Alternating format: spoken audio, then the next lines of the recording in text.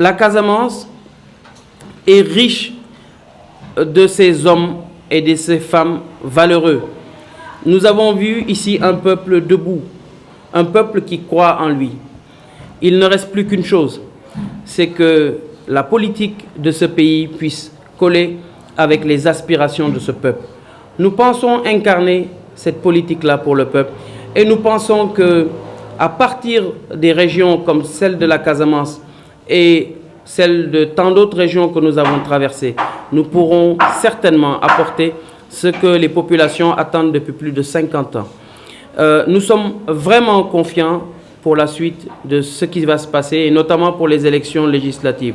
Aujourd'hui, dans la grande partie des zones où nous sommes passés, et en particulier ici à Ziguinchor, les populations s'arrachent nos images, s'arrachent notre programme, parce qu'elles savent que c'est un programme qui est empreint de charité, qui est empreint d'amour pour notre peuple, avec un réalisme qui est hors de ce que jusqu'à présent nous avons vu partout ailleurs. Ce que nous avons constaté, c'est qu'il y a une accalmie qui depuis quelques mois s'est installée dans la région. Nous disons cette preuve-là, c'est-à-dire que le fait que ces femmes restent encore dans ces conditions extrêmement précaires montre encore qu'effectivement la paix n'est pas encore là, elle n'est pas encore installée. Il faut donc que nous œuvrions tous dans ce sens-là.